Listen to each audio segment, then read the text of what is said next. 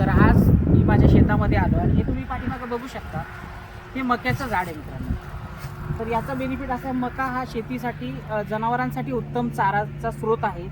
तसेच मक्याचे हे जे कणीस आहे हे दाखवतो, कणीस तर आपण सगळ्यांनी खातो, कॉर्न ज्याला म्हणतात, ठीक आहे.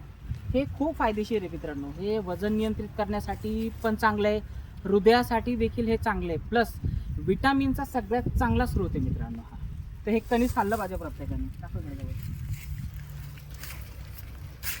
अजून हे कवळं आहे, हे बघा.